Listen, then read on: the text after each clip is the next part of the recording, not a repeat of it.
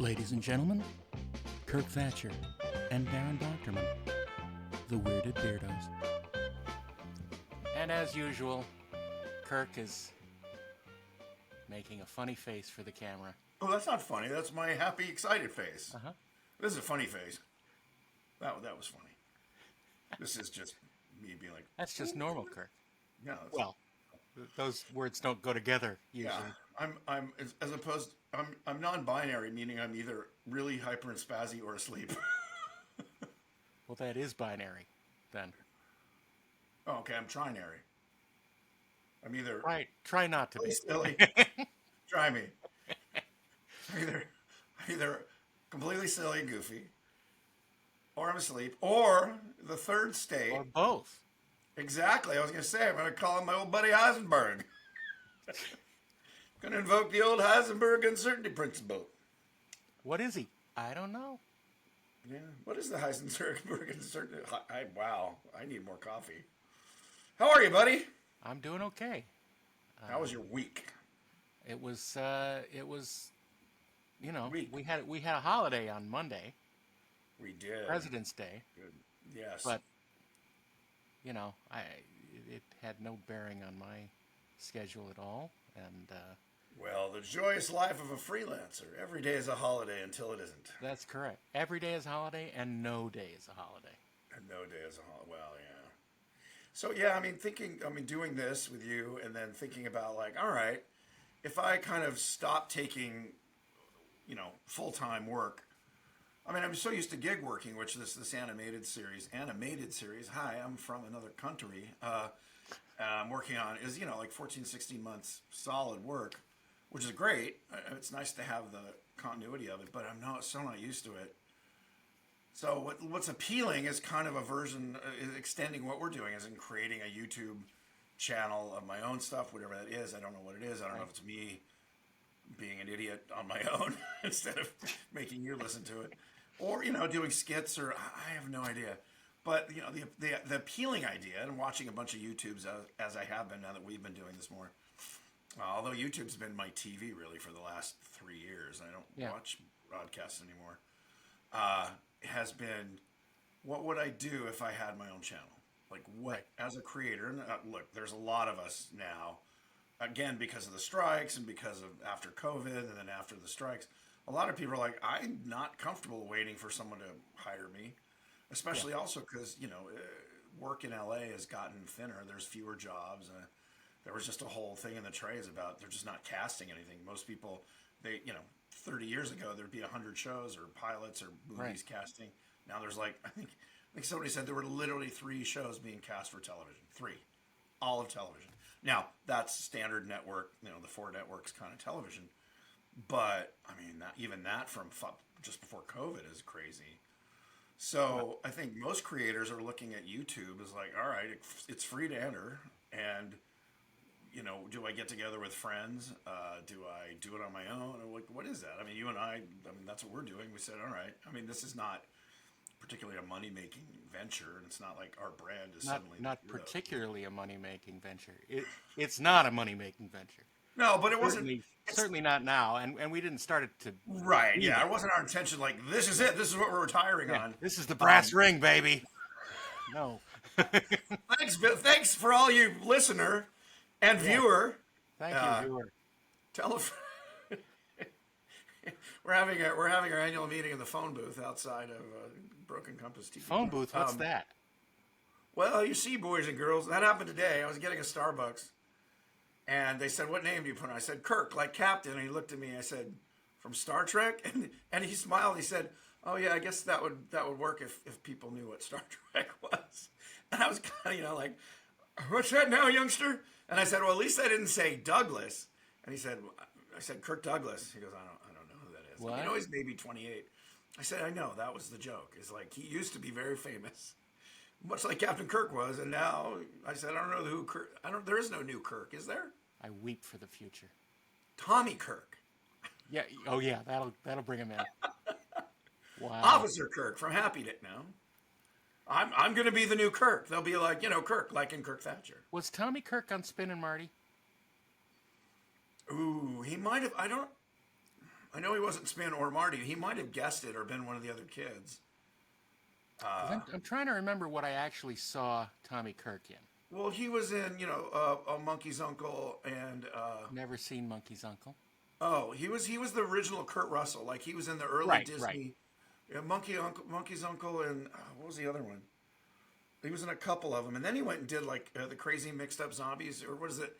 The it's a giant. It Oh, was the Strange Living. strange living people who Became Crazy Mixed Up Zombies. I know that's right, how it ends. right, And right. he was like in his early 20s. He'd kind of grown out of the Disney over or pissed Walt off. I don't know why.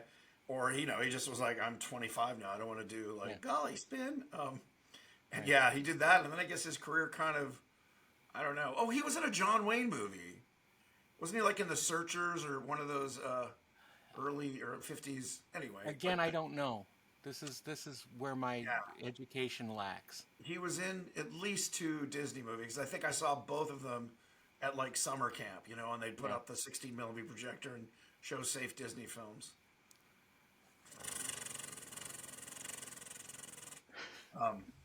With the optical soundtrack. And oh, Johnny Tremaine. Yes. You kids today, you don't know from optical soundtracks. Yeah. Just get a Kids today don't know about Johnny Kirk. film strips. Yeah. All right. Vrung, change the strip. Yeah. Yeah, That was an interim technology. it was. Yeah. It was- kids. Those kids listening to us. All those 14-year-olds that listen to us. A film strip is like slides on one piece of film. Right. One piece of 35 millimeter film that you put in a projector, Yep. and there was usually a cassette or some kind of tape that went along with it. I remember 45s or LPs Yeah. that would. Yeah. Yeah. But they would go in the projector, and sometimes if you had a fancy projector, when the tone played on the tape, it advanced the slide. Right. It was basically the analog version of a PowerPoint presentation. Totally. Yeah, because you could have graphics or photos, and there could be a soundtrack music playing. Yeah. Yeah, they were. It was sort of like the human sexuality classes in 6th grade. It would be like, and I remember often it was like a guitar strum or something would cue it. It wasn't just a beep. There'd be something that would always cue the next slide. Can we have the next kids, slide, please? you've learned something. Well, you always learn now something the more here you know. on the WB. We're calling ourselves the WB now. Or Speaking the of WBs. analog, Yeah. that's right. We're the last gasp of analog. Well, we're the last people talking about it. We're certainly not analog. I mean, this is all digital. But speaking of digital versus analog, have you seen, and by you, I know you have, I mean, you are listeners and viewers out Right. there in the ether or the Ethernet or however you get it. Have you seen all the stuff on Sora, the prop to video software that I think is, I guess it's a beta that hasn't been It's a released beta yet. that is extremely limited right now. There are only a few users making Right. things on it, but what they are making are absolutely incredible. It's the point where you're like, is this like, are they trying to get like investors or something? Because it's shockingly good. I mean, it's beyond, a lot of it stretches your credulity of like, is this really AI? Can Yeah. it do, because it's not like a 3-second clip. It's like, I think they said it could do up to 60 seconds. Yeah. The clips I've seen are each maybe like 10 seconds and they string them together. But the one that's shown the most is a guy in a white guy, blue eyes, in a space suit sort of thing. He's got a red knit cap on, and there's extreme close-ups. And then there's him walking on it looks like salt flats, and there's a spaceship parked, and it all just looks like they went out and filmed it on Yeah. the salt flats. I mean, there's no point where you go, oh, he's got 6 fingers, or he blurs between. It just looks absolutely 100% photoreal. So much so, and this is what interested me, and I was curious how fast it would happen. I guess Tyler Perry was going to spend, and this is all over the news, Right. was going to spend $800 million on an expansion on sound stages in Atlanta. Right. and pulled the plug, or at least put a pause on it when he saw that, and went, "Hold on now. If that's what you can do, I can just do it on one big, green screen, blue Yeah. screen, and just make the Yeah. backgrounds With and just a have the couple of character." guys. Yeah. And he said it's sad for workers because this is going to pull a lot of people out of work. And and I have friends who are a lot of my friends are those workers. They're set painters, set Well, builders, prop builders. no more than pulling work out of Los Angeles has decimated the crews Well, in L.A. yeah, You know? exactly. I mean, it's gone to England, it's gone to Hungary, Canada, obviously Yeah. Vancouver and Toronto. So yeah, I mean, without being geographically specific, I think, and again, this is not clever. I mean, everyone's saying it, shouting it from the rooftops, like this is going to change, not just entertainment, but all media. I mean, I watched a couple deep cuts. Again, this is all on YouTube, on artificial composing software, Mm-hmm. and some of them were kind of obvious, like it was almost the update of, remember when you had the electric organs and you could hit a rhythm thing, and it was Sure. like, Right. and then you could riff off it, to things where you type your lyrics out, or you just say, I want a love song with a reggae beat about a pineapple and a banana, and it just spits it out. Now, whether it's good or not, the guy's showing little demo bits. It's interesting. As a collaborator, I think it might be really useful. Like, I have an idea for a song, but I'm going to write down some lyrics. I don't know how much of this stuff, because if it's just push a button and make song, then you really don't have much control over it. I mean, and the iteration thing is boring. Like, do it again, do it again, do it again. Right. With visual stuff, it makes more sense. In other words, I want to see a funny rabbit in a top hat, with a mallet beating the hell out of a 52 Ford, and it'll give you like 5 or 6 images. And you go, okay, do more like that. But with a song, I don't know if you're like, I don't like these. I mean, I don't know how you. I don't know if you can go in and tinker, or if it's just sort of, don't push the button again, like a slot machine. Just, this is what you get. But it's all getting very uh,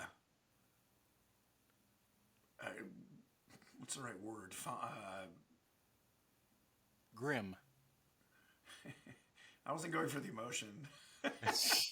Well, I don't think it's grim. Again, I'm not a song. I mean, I write songs, but I'm essentially a Neanderthal with an idea in my head. So to me, it's kind of exciting. Like, all right, if I have something that can turn my idea into a song with like notes, and I can give it to a musician to play it, or here's the shitty synth version Well, of it. I mean, that's exciting to you don't me. need a musician to play it. That's the Well, thing. you kind of do still. I mean, Well, give it a couple months. well, yes. All of this is in 2 years. Like, I don't know if any of us will have work. I was talking with the folks I work with on the Nickelodeon show, and we work in Unreal Engine. I said, in 2 years, it'll just be the writer producer saying, here's the plot that was generated from my 3 sentence idea. Here's the script. So let's do this. Typing out the voices. I mean, 2 people could do a movie. Whether it's good or not, I don't know, but it's getting there.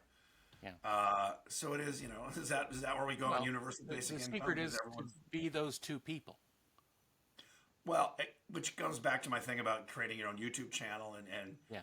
leveraging the AI to create your own studio beyond just, I have, Unreal and a green screen, and I can put myself or my friends in a movie. It's like, I don't know. It's the wild, wild west. And for me, I tend to be a glass half full kind of person, because who wants an empty glass? But I get excited about, like, oh, okay, now whether I'll do anything. I mean, right now I'm working full time, so and I got some of the software just to noodle around with it, Right. the free version or the $10 a year version. But I don't know. That Sora was, and I guess they're going to release it within a few months. It's not like they're just, here it is, in 5 years. Yeah, of course they are. I mean, it's they have to make it monetized as soon as they can. What's your take? Are you excited? Are you kind of both? Where's your head at with all that? I'm maintaining a cautious stance until I But actually that's you in see general. well, that's true, but until I see what it does from what I put into it. Well, that's what I'm saying. The collaboration thing is interesting to me, not just push button, make art. I want to, like I said, if I said, give me a rabbit and a top hat with bashing the shit out of a 52 Edsel, I would want to be able to say, okay, turn. I mean, what I've seen in some of this, not the video, but the visuals, like I want the car more head on, or the more three quarter, and the Hmm. rabbit should be shorter. And it kind of seems like it does do that, but I haven't played with it, so I don't know. AI, the rabbit should be shorter. I think that's a fair. That's a fair. Make rabbit AI. That's the T-shirt. AI make rabbits shorter. I keep bouncing my camera. We Rid. have Sorry. to. We have to work on our prompt skill.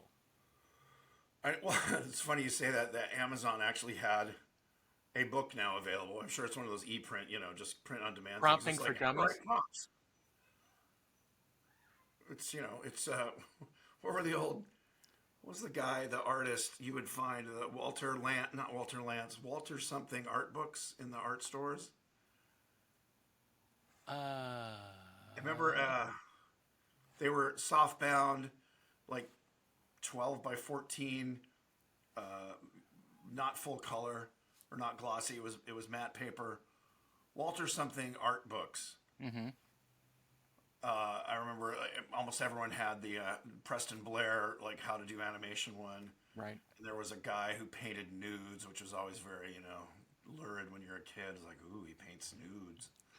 And Uh, he didn't do paintings of nudes. He painted nudes. he painted nudes. But I remember his palette because I looked, you're there at the art store, and I'm a 14-year-old boy. His palette for skin tones was like white, red, and it was like three colors. It was shockingly, I think it was a sienna. It was raw sienna. Uh-huh. I think black, white, and maybe cad red or something. That's only when you were painting Sienna Miller. Ba-dum-tsh. Thank you. Ladies and gentlemen, the comedy imaginings of Mr. Darren Doctorman, as my phone calls you. Oh, come on. What was his name? I'm sure everyone listening now is yelling at the screen going, it's Probably. blah, blah. Both of them are yelling. Walter Foster. Oh, Walter Foster. Walter Foster art books. Remember those? I don't. Not at all. I lived at art stores. We had art stores with book sections, so I'd go there and buy books on how to draw and paint. See, when I grew up, we didn't have an art store, and I never really? got to go to an art store until I came out here. Wow. Then you haven't really come out.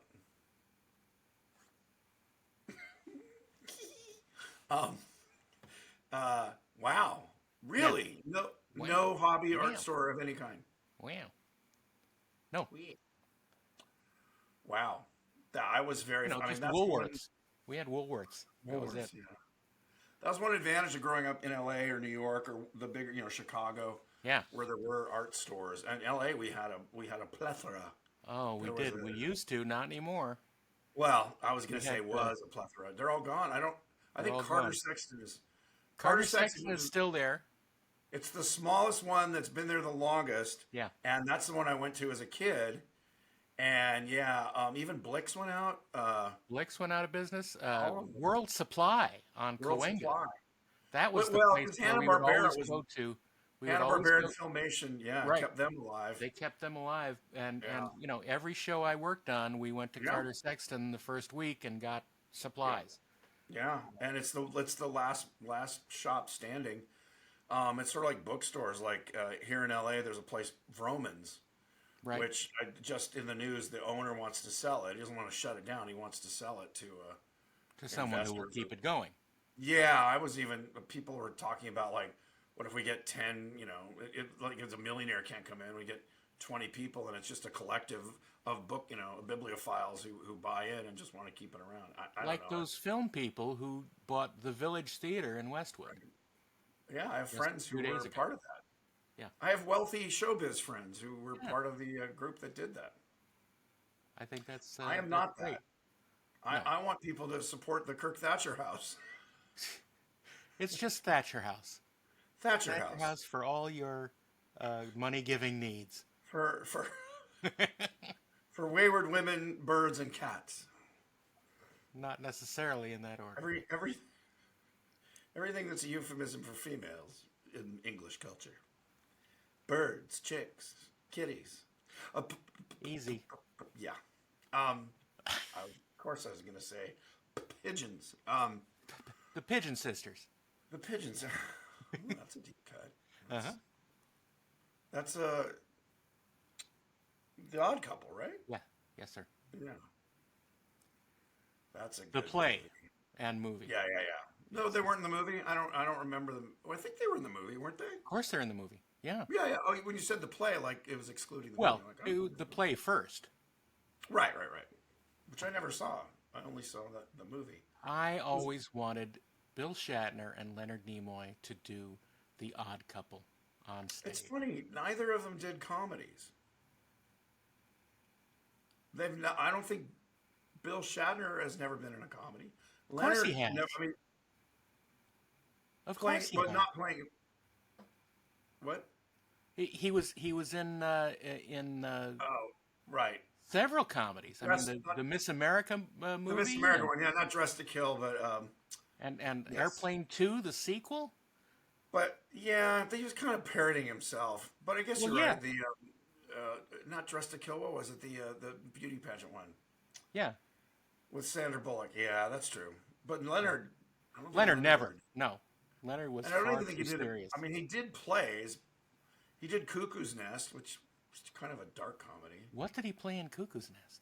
He was who was the Jack Nicholson character, Wow, not McNulty, it's McMurphy. McMurphy. Yeah, McMurphy, yeah, he was a tall, skinny Jewish McMurphy. yeah. He was Bet Murphy, That's fine. Mr. McMurphy. Mac. Yeah, the comedies of Leonard Nimoy. Yeah, none. He wasn't I very mean, warm. I found him hilarious on Mission Impossible, but I don't think he intended to be. As Paris. What That's was right. Paris's like fetish? Like, what was his thing? He was obviously a smart guy, but he wasn't. He wasn't a gadget guy. He wasn't like Q. Harris was a master of dialects, Oh, is that what it was? I don't I remember. believe, because he Yeah. was also, the Paris the was it Paris the Great? He was a magician, Ooh, I don't know. I believe, In the in the show. Oh, he was his background. Yeah, for some Yeah, reason I watched Mission Impossible, but I don't remember. I guess I stopped watching, by the time Leonard was in it. But I remember, watching. It wasn't a regular viewing in my family because my dad controlled the TV, so we watched. right. I think I watched every Dragnet and FBI and 1Adam 12. Sure. That was our watching. And then if my dad didn't control it, my brother and I were watching Get Smart. Right. But yeah, so I remember him in a few, but I never knew what Paris's thing was. I just knew, that's Well, your this. chance to watch all of them now is here with Pluto TV, that has an entire channel of only Mission Impossible reruns. Weirded Beardos, brought to you by Pluto Pluto Television. TV. I would love them to endorse us and fund us. That would be great. I just want We welcome any. welcome our robot overlords. So there's a topic to discuss. When do you think the singularity, as they call it, which I'm not exactly sure why they chose that as the name, when a artificial intelligence is as smart as AGI, general intelligence, not Right. just a vertical thing, vertical level. When do you? I mean, everyone that I was talking about, they were talking like 2040. Now they're saying next year. I mean, I they're saying it's believe that getting. it's already happened and they don't want to tell us. Well, you mean it's in a lab somewhere and they just haven't released it because Yeah. it's terrifying? Yes. I mean, I would not, if that came out, I'd be like, okay, makes sense. Because, literally 3 years ago, they're like, well, in 15, 20 years now. Then last year, they're like, we're getting really close. This year, it's Yeah. like, Yeah, what time is it? define intelligence. Yeah. I mean, Yeah. we sort of have a dumb, intelligent computer. Well, smarter than our politicians, that's for sure. Smarter than a fifth grader. Somebody wrote, I haven't read it, but somebody was telling about a science fiction story where the computers, I mean, it's Earth, it's our future, but there's no politicians. The computers just make the decisions, the AI, because it doesn't have emotions like Mr. Spock. Well, no, like Vulcans. Mr. Spock has emotions. He just I know, hides them. which is You, of why all people, I know that. should know that. I corrected myself. But the idea was that the computers make the decisions because they're just like, well, this is, they're, we don't have skin in the game, but we are programmed to make the Literally best. don't have skin in the game. Literally, we don't have skin. The game is skin. Skin game. But we can wear your skin if you boil the human properly. That was an interesting idea. I'm like, well, maybe. I mean, that'd be the movie you want to make is how that decision gets made. Like, where are we as a planet when they finally go, you know what? We're gonna let the computers tell us what to do. Yeah. Any movie you can name is amazingly against that proposition. Oh, of course, but that's why it's an interesting movie. Did you ever see Colossus: The Forbidden Project? Of course. Yeah. I mean, that's what's amazing. That dealt with this, or 72, 74, whatever that came out. Yeah, 72. And, it had the U.S., what was Colossus versus whatever the Russian was. Right, the Russian computer. Yeah. And they find out that Colossus and the Russian computer had been talking to each other for months. Secretly, yeah. And it basically decided to run the planet. Yeah. And the humans. The guy, Forbin. When I was a kid, I thought it was Colossus, the Forbidden Project. Well, isn't it, though? I know, but it was Forbin. Yeah, was the name Eric Braeden played That's Dr. right. Forbin. There's a 70s actor for 500, Alex. Yeah. He was the Sam Waterston of his time. Oh, that's a good call. When I used to do my fake movie posters for a couple magazines, I did a movie called Mr. Rogers' Neighborhood, the motion picture, and Sam Waterston played Mr. Rogers. That would be good casting. And it was amazing. Did you see the Tom Hanks one? I did. How was it? It was not good. Suddenly he became biopic guy doing Disney and Mr. Rogers. If they've been talking about doing a Jim Henson biopic. I'm like, if they cast Tom Hanks, I'm going to eat my hat. I mean, why is that guy suddenly nice guy biopic actor? Yeah, I don't know. Saving Mr. Banks, the Disney one, was actually quite good, and I enjoyed that. Maybe because I didn't have as much a connection to Disney as I did to Mr. Rogers. Well, I remember the estate of or was it the woman? I think she was still alive. The gal who wrote Mary Poppins The gal who wrote Travers. Yes, wasn't Patricia Travers. Was still alive when it came out, and she was like, "Well, poppycock." They either made Disney nicer or made her grouchier. I don't know. In her opinion, of course. I never. Yeah, Mary Travers. No, Patricia P.L. Travers. P.L. Travers. That's right. Pretty loony Travers. I like the Sherman brothers in it, though. I got to meet one of them. Richard. Oh, both of them? No, just one. Richard.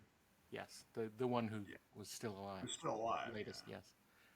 He's a sweetheart. I directed him in a little Muppet thing for Disney, and then he was at a party at a mutual friend's place, and we got to just hang out with him. And what did... I gave him... I didn't give him shit, but I teased him about the line in the Tiki Room song, because I love it. It's like, the boys in the back are called macaws because of their claws? No, because they're macaws. I'm like... That was lazy writing. He goes, we had a deadline. I said, come on. He goes, because Walt was walking down the hallway. He needed something. It was literally, he's like, we had a deadline. It just made me laugh that he, laughed and got the spirit of the joke. I wasn't really picking on him. But, my God. And then I learned early on that he and his brother had written, and brought that up too, You're 16.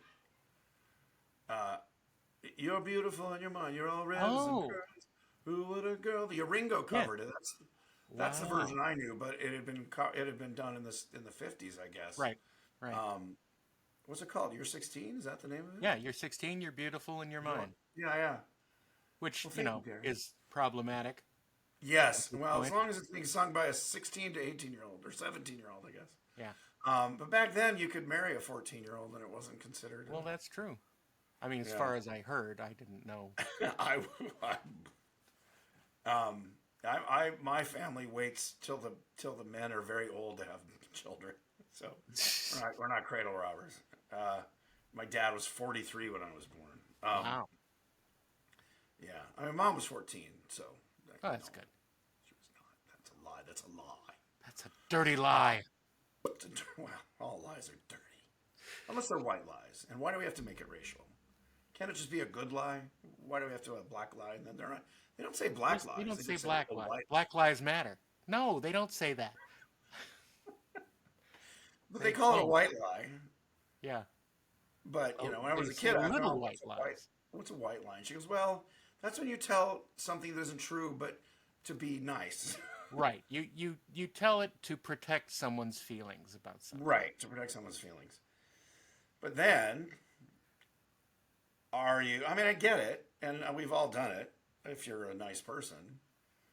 But then other people value just honesty. They say, well, I just want you to tell me the truth. I'm like, okay, you've got a big nose. the, the pores on your nose look like a golf course or the surface of the moon. Is that what you want to hear? Well, so I go by like, don't say anything unless you're asked. Right. Then you don't have to tell white lies. Blessed are the big noses. Actually, in our business, the white lies everyone tells is when you go to someone's screening. Oh, yeah. And it's even if, especially if it's one you worked on or you did, Right. And so whenever I work on something and people come up and they say, "Oh, it was great. I really enjoyed it." I'm like, it's nice, but I don't believe it. I'll wait until the world sees it, and then I'll realize if it was any good or not. Which is, and most of the time it's because you never get to make the final decision. So I'm like, all right. Right. Well, who knows?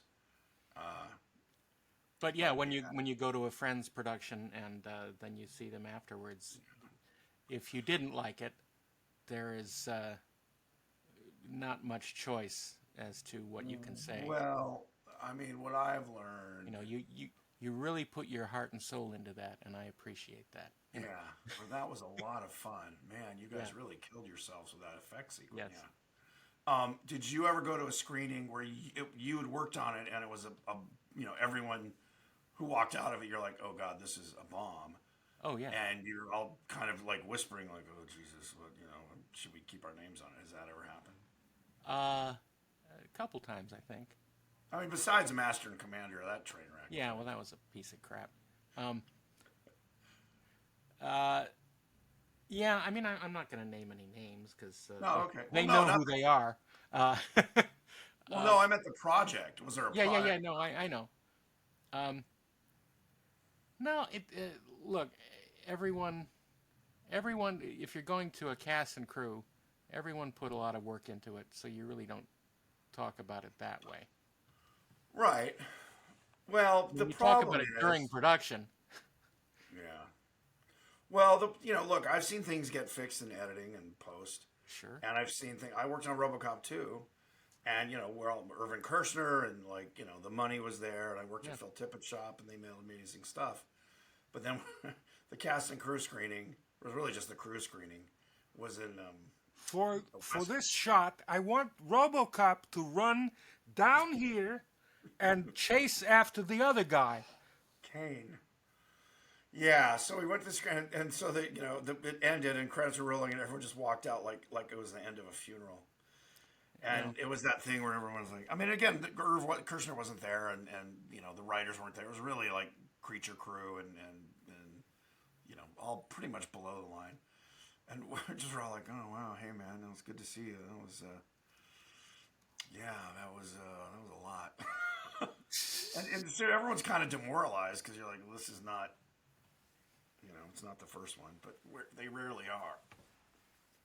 But also, you never know. Well, yeah, that's true.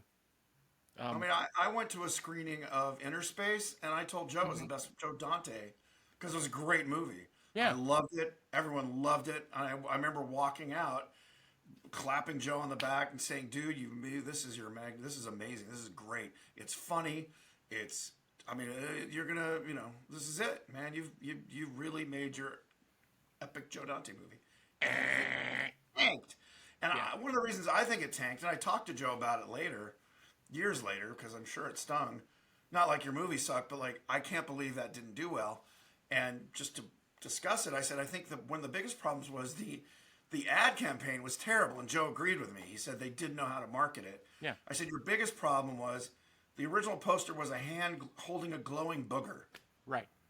And it just said Dennis Quaid, Meg Ryan. That was it. But it was a hand holding a glowing booger. And no, it literally was just a little blob. You didn't know what it was. And if you really looked at the poster, you'd see it's a little man next to a little like. If capsule. they would have sold the love story part, or Martin Short going crazy, it was something, or the comedy part. That's what I mean. The comedy, man, and that's when I was like, damn, because I was like, oh, marketing's so annoying, those people, and that's a perfect example of where marketing can destroy a good movie or make a bad movie. I've seen that happen too, where they knew how to market it, and they got everyone in the. What's that? Jurassic Park. Well, now it's interesting you say that. I have friends in their 30s where I had dinner with one last night, and these are girls, not like classic I Love Dinosaurs, and they're two women I know are good friends. They're like, that movie still. We were talking about top 5 desert island movies. And they both, there's different women, different times, but both said Jurassic Park, man, that movie. Because they were like 12 or 13, like I was when Star Wars came out, or Jason the Argonauts, and you're just like, it just hit me. And to me, that was the most epic movie. And they talk about it in the revered tones we use for Indiana, Raiders of the Lost Ark and A New Hope. I mean, they were just like, and I didn't hate Jurassic Park. I thought it was fun. It was never boring. It's fine. It's just not good. That's all. Well, that's where your definition. It's a great popcorn movie, and that's a good movie by some rubric. I know, maybe not for you. Stanley Kubrick. I mean, what's that? Stanley Kubrick. Stanley Kubrick. He's the director which all the directors are measured by. That's right. Rubric is a weird word. It sounds like what Seth called the woman who channeled him. Rubert. He called her Rubert. This is a deep cut. If you ever read Conversations with Seth. Oh, yeah. Seth Speaks. Seth Speaks, that was it. Yeah. I translated to Japanese, Korean, and then back to English so that it became... The author was Jane something. Jane, like Roberts or something. Jane Roberts, yeah. And Seth called her Rubert. And I read the book and I'm like, this is amazing, but just what a weird thing. But rubric... But what rubric? I wonder what it's from. It sounds like either Scooby-Doo trying to say rubric or pubic. Rubric. Scooby-Doo would never say pubic. Well, Shaggy would. My movie he would. Shaggy would. Like, wow, Scoob. That mummy's got no pubic hair. Yikes. Rubric. There you go. That's tonight. That's rubric. That's what we titled today's episode. Rubric hair. Oh my God. You're welcome. You're welcome, Internet. Our viewers and listeners will know this, but I've been giving fancy titles to our episodes. Oh, have you? I don't usually watch stuff that I'm in because it just, you're like, ugh, I look stupid or fat or dumb or all three. Stupid and dumb are similar, but fat, yeah. Anyway, I did watch our live. I watched about half an hour because I wanted to go to sleep. Yeah. So I'm like, all right, I'll watch just to see. And I'm like, okay. I said I move around a lot and you don't. Right. I watched it in like double time and I'm like, well, that's and you're just like.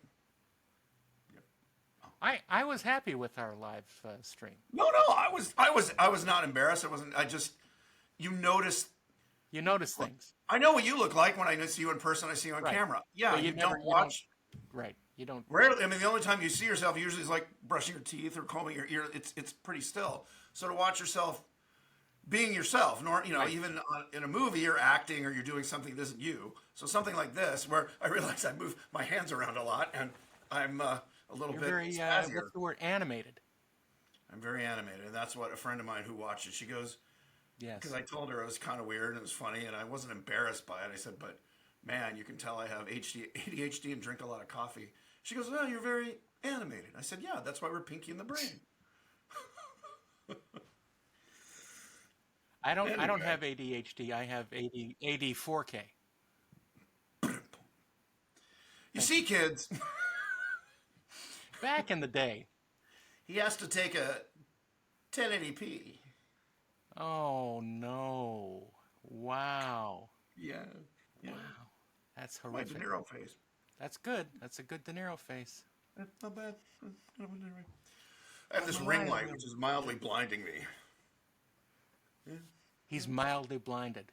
This is my Sam Elliott face. Way out west, there's the dude. He's that great, like 3-inch long mustache. Oh, it's amazing. I take comfort in that. The dude abides.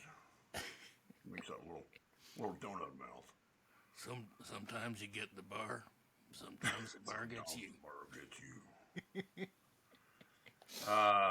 What else is new and exciting? So we Yeah. talked So, about but the title of the Lebowski episode was "It Really Holds the Podcast Together,"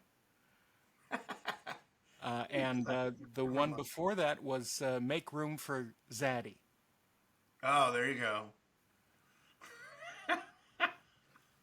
So Well, if nothing else, we should get awards for that. it's all part of the creative process here on the Weirded Beardos. I'm giving a talk next month in LA. I've been asked to give a talk, and I'm like, sure. And I always agree to these things. I'm like, oh, crap.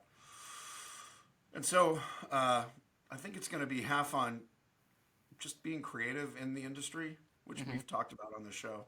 Right. And then just, highlights from the career and working with so-and-so and, what's it like and how do you get your ideas and all that. But it is I talked about it in this funny show I was interviewed on today with 4 puppets grilling me about my career and also just Grilled by puppets. Grilled by puppets tonight. It's a that's where the money making. That it's going to be on Pornhub. Puppet fetish. God. Sorry, I meant Corn Hub, where we talk about corn puppets, Corn and hybrids and corn oil. hybrids. Someone told me that people who have their own channel or a series of films on Pornhub make like $20 a year from each video. That's it. Well, there's no ad. I mean, it's all ad driven, I guess, and there's no. It's all free now. You can just go on it. So I'm like, really? That seems like a bad return on investment. I guess unless you're never going to be a public figure. Well, I mean, I thought they would make really good. That's why they all did it. I mean, it was making good money, but I think it So I'm gonna depends stick on with puppets. depends on who you are. that's probably true. But I digest. Right. Well, I mean, in that case, it is exactly not who you know, but who you also know. Blow by in your career as it rockets to yeah. Oh, Durwood. But anyway, one of the I will questions tell you was that I how got do a you, lot of flack as a kid in grade school from having the name Darren because of Bewitched, and tons of kids called me Durwood. Oh, so that wasn't original for me to call you Durwood? Not a bit. But what I was getting to with my ADHD brain that can't follow a train of thought was they said, what's inspired? How do you get inspired? Like, what inspires you to be creative? And my answer was, and I wanted to ask you this because I know my answer, was I can't not riff on ideas, and for me, it's almost throttling back till I could focus on one. I remember when I was working with Jim Henson and Frank Oz had a plaque made up that Jim had on his desk, and it was a quote from Frank saying his mind is like a psychedelic volcano. And I laughed. I said that I get that because I just can't not think of things. And most of the time I think of things that make me laugh. Right. And probably because I see and feel the pain in the world. And so I just want to self-medicate with funny things. But I was curious for you, what inspires you for whatever you're doing, a visual thing? I mean, I said, I go to museums, I watch movies, I look at books, but just I can't not think of things. I do the same things, but I like the fact that I'm good at taking things that shouldn't be connected and connecting them. Like a mashup, yeah. Kind of, yeah. But I have a way of relating things to other things that Sound like a Monty putting Python things on top of other things. Yes. But it's partially because of my memory. I have a pretty good memory, or I used to, um, and I'm always interpreting things wrong, and that's how I connect things that shouldn't be connected Right. If through faulty thinking. yes, through the short circuit, you get a Yeah, portmanteau of the different ideas that a normal person wouldn't connect through linear logic or correct, linear thinking. That makes sense. correct. Um, yeah, the mashup. Somebody, again, I've been asked this question by other creators and stuff, and I said sometimes I will just, in writing in particular, these two ideas or techniques for me are more for writing. What's the worst thing that could happen, or what's the worst person in the situation, which usually drives for me comedy. Hmm. Like, what would the worst creature be to be a chef, or the worst creature to be to fly a plane, or whatever. Um, or what's the opposite of the standard? Right. Whatever it is. What's the opposite of the expected? Yes, yeah, of what everyone's used to. And those are good starting points. Not that like, oh, okay, what's the opposite of a good pilot? Well, be a blind person. Okay, done. It's like, well, is it funnier if it's a bat because a bat would keep leaning its head out the window going, you know, and then that's funny. In the Muppet world, I was just kind of using the Muppets as an example, but it's like Gary Larson was great at that. Hmm. Oh yeah, Bummer birthmark, absolutely. Hal. I mean, it was just like, what's the worst birthmark you could have? A big bullseye on your back as a deer. And so, it's not particularly unique, but it is, Charles Adams cartoons where Hmm. what's the standard? Okay, Morticia, which they did in the show, would clip all the roses, the heads of the Right. roses off and just have the things of thorns. Yeah. Again, it was like, that's always a good starting point for riffing. And again, it's all riffing. Yeah. I think my biggest problem is throttling it back to focus on one thing and not just go off Stopping and the tangent. riff. Stopping the riff Yeah, and not or being distracted by shiny other ideas. yes, every new idea is shinier than the one you're working on, Yep. and that's hard for me, especially when someone's paying for it. Then you have the discipline to go, this is what we're doing. But when I'm, sitting in my chair, standing in the shower, laying in bed, going, oh, I should do this. Yeah, I'll do Right. that. And then, oh, but what would be more fun? And then because it's all equally valuable at the moment, and I can't, which was going to drive my next question for you. When do you know it's a good idea, or do you? Do you just throw it Mm. all out there and I think unless you yourself believes it's a good idea, well, yeah. if you believe it's a good idea, then you do your best. But when you're putting up design, you're designing. So let's say you're working on Westworld, and they're saying we need a Yeah. design for blah. Right. You start out with the shotgun and just do a bunch of stuff, and then take it to the production designer or the It, director. Sometimes it was Yeah, that. Other yeah, times, if I had a really good idea of what it should be, right, I would just show them that and and get their reaction from right. it. And 9 times out of 10, they would say, "Oh yeah, that's great. That works." I I kind of was the same. It depends if something, like you said, something just clicked. You go, this Yeah. is what it should be. And I think you're right. 9 times out of 10, your instinct, especially if people that have hired you know your work and you're Right. not like a newbie, they're like, oh yeah, and usually have a lot of reasons why you think it's going to solve that problem Right. or be. And a lot of what we do, whether writing or directing or sculpting or designing, is problem solving for the big idea. Whether it's Oh, it's always that.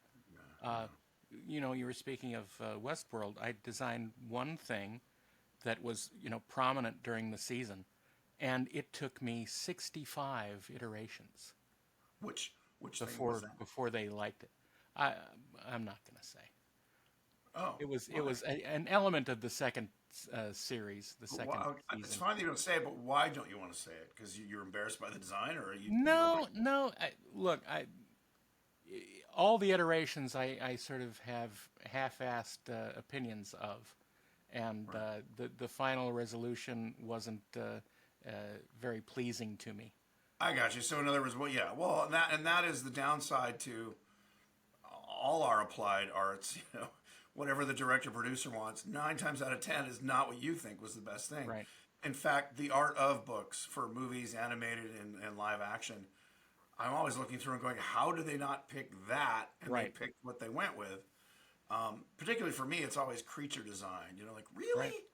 that's you see all the and I have friends I had lunch with 4 friends of mine, 5 friends of mine, who were all creature monster makers, and it was a subject that was brought up. Well, how do you, when Guillermo del Toro, who has great taste actually, but with that guy, you've done 5 or 6 sketches, clay sculpts, and he goes, I like that one, and I mean he's unique in that he's a pretty good artist himself. It's like Jim Cameron, like he can draw. I mean, when I saw Jim Cameron's sketches for the Alien Queen, I'm like, holy shit. Yep. He just basically handed Stan Winston, here, make this, Yep. and they worked out the details. But very often, and in my case, most of the time, they hired you because they don't have a great visual sense or a Right. great idea of what this thing should be. And it is always frustrating when you're like, oh, okay. Yeah. Well, being forced to be creative is not a pleasant thing, and that's what a lot of people don't realize when they get into this business at any level. Actually, that you can be wildly dynamic and creative sitting on your couch, Right. but you have to do it basically at gunpoint. Well, and on things you might not either like or understand Absolutely. or whatever. Yeah. Or have no idea what they are or how you can make it like what they want. Well, and the worst, director, producer, executive, whatever the 800-pound gorilla is, the ones that go, I don't know, I'm not creative. I don't have that's why I hired you. Right. But they don't give you direction. In other words, I don't like the 7 things you've shown me. Just do something else. Well, what do you want? I don't know. I'll know it when I see it.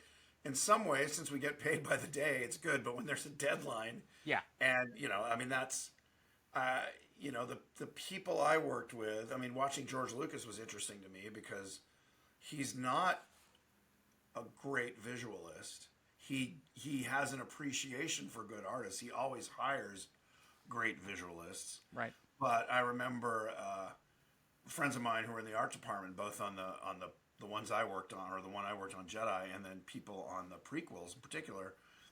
George had stamps like, thumbs up, thumbs down, or it could be better. Like, play with this, play with it. But that was it. He didn't sit down. Like Jim Henson would sit down with me and go, this is neat, this is interesting, this is good. This would not be a good successful puppet. He would never say something would be bad. He would go, this would be a successful puppet, or because of the way, or if you made the jaw bigger, it would work. But he very much enjoyed seeing your idea and then going, ooh, that's lovely. Riffing. Riffing. Yeah, riffing. Or, it'd be fun. And then you could, riff with, you could be like, oh, I was also thinking, and he'd go, oh, that's neat. Let's do that. And he was appreciative. I mean, the reason he worked for him is because he hand selected you for your visual sense. I mean, from when I started. And other guys, John Stevenson, who went on to direct Kung Fu Panda, they had the same job. Michael Frith ran the art department, was the head designer for 25, 30 years. All amazing. Head designer or head designer? Yes. Designed all the heads. He did, actually. He designed the Electric Mayhem, which are just amazing designs. And he was a great artist. He was up there with or has. He's not passed away. He just doesn't work for Hints anymore, or Muppets. He was like a art style like Walt Kelly or Jeff McNally, like an amazing kind of brush style. And he'd gone to Harvard, which you don't think of as an art drawn school. from Lampoon, like in the 40s, I guess, late 40s, early 50s. And just an amazing talent in terms of incredibly smart guy, like a college professor. He was very professorial, but had an amazing. I just was like, dude, why are you hiring me, this guy? But I also realized, I never would even suggest that I was an illustrator. I've always been a designer. And designs don't have to be pretty. They just have to successfully communicate the idea. Right. Like Jim Henson, it depends on who you're working for. Well, if but you're working for a very visual person, the designs don't have to be pretty. Right. Because Or they can builders. see the idea behind them. Right. And that's Jim Henson's sketches were primitive. Yeah. But people could take them and turn them into Big Bird, Right. And so I think, but Michael and other people I've mentioned, John Stevens, they're amazing illustrators as well. So they have a great idea, but then they do these beautiful, drawing. Like Frank Frazetta to me wasn't a great designer. His monsters He was a weren't great illustrator. Yeah. He was a great illustrator. Painter, So it's You know, it's hard to find somebody who's both. That's a real skill. You know, Sid Mead was both. Yeah. You Ron know, Cobb, both. Ron Cobb. I mean, yeah. I mean, the people in our industry are, you know, kind of revered as just these icons. I mean, Joe Johnson, amazing designer and Absolutely. illustrator. Yeah. Very, very. The term he always used when we're talking about storyboards was indication. Like, Right. he talked a lot about Joe Kubert, who, Mm-hmm. you know, had a comic book school and everything. And he wasn't. Kubert is known amongst comic artists, but he's not like a, you know, Romita or Jack Kirby or, Right. you know, any one of those guys. But what Joe and the other guys, Nilo in the art department on Jedi, when I would hang out with those guys, they would talk about. I said, "What do you got? What's a good storyboard artist to you?" And they're like, indication, like someone who can, with the minimal amount of line work, telegraph or illustrate the largest amount of information. Right. And when you look at the boards that Joe did and Nilo did and George Jensen did, they're just very, I wouldn't say spare, but you know you're They're supposed efficient. to be like, yes. Animation boards are a little more. I mean, these were effects boards. So it was mainly spaceships and, you know. Animations are more demonstrative. Yes, character driven. You know, they're doing you know, the expressions and all this. Where their stuff was very much, you know, architecture and hardware, but still, really remarkable talent at knowing film language and being able to put. I mean, this is before 3D models or anything. You know, being able to just show what an X-wing looked like at a certain angle. Sure. You know, on a wide lens and what it looked like on a long lens and all that. And that's something that I learned as I did storyboards. You know, I wasn't thinking about lenses when I first started doing them. Like when I was doing them for Gremlins, I was doing some of the effects boards for the Gremlins. And I was just thinking, I actually drew them more like EC Comics, but they worked because it was basically when the Gremlin melts at the end, I storyboarded that whole thing for Joe. And I remember Joe liked the fact that I did it like inked it like EC Comic, or you know, brush. I did it with those brush pens that just come out. And they were all the rage at High LM, and I was working for Chris, but I spent a few days storyboarding that, and you know, like somewhere between Jack Davis and what was his name? Gasly was what he went by. Anyway, and then when I did the movie Cat's Eye, Louis Teague, who was the director, he was like, "Well, what lens are you thinking?" I'm like, "What?" He's like, "Well, it's a low angle, and we want to see the building. Like, what lens are you thinking?" I'm like, I'm not thinking lenses. You know, I just didn't know. I had not. You know, I'd always been behind the camera and making stuff to look at, not looking at things through a lens. So I had to kind of fake it. And he sort of, you know, a wide angle lens, you're going to see a lot of the building, and a long lens, if we're just on his face. I'm like, yeah, okay. You know, it took me another few years to go, oh, right. And now when I work with board artists, particularly for commercials and stuff, and particularly with the Muppets, because they're not human scaled, I found an amazing guy, Dan Kaplan, who knows lenses, and he knows how to draw the Muppets, and he knows a wide angle lens will help you put two Muppets here and a guy in the background, and they won't look weird because the lens kind of makes the size difference less apparent. Right. So now my day job is picking lenses in Unreal Engine to how to shoot a scene. And it's funny, now it's a second language, like calling out colors, you know, like that's sienna, that's a cad red, that's a phthalo green, you know, just kind of it's in your library of tools. Speaking of tools. How are you? Yeah. Well, we said we were going to talk more about the storyboarding thing, and I think we should. But I think that'll be for next time. Next time, here on the Weirded Beardos. Previously on the Weirded Beardos. You'll hear Dr. Darrenman say... Well, I don't think that makes any sense, Kirk. You say that a lot. Well, you know. And you'll hear Kirk say, "No, what we gonna do today, Darren?" The same thing we do every week, Pinky. Try to take over the world. And with that, scene. We'll see you next time.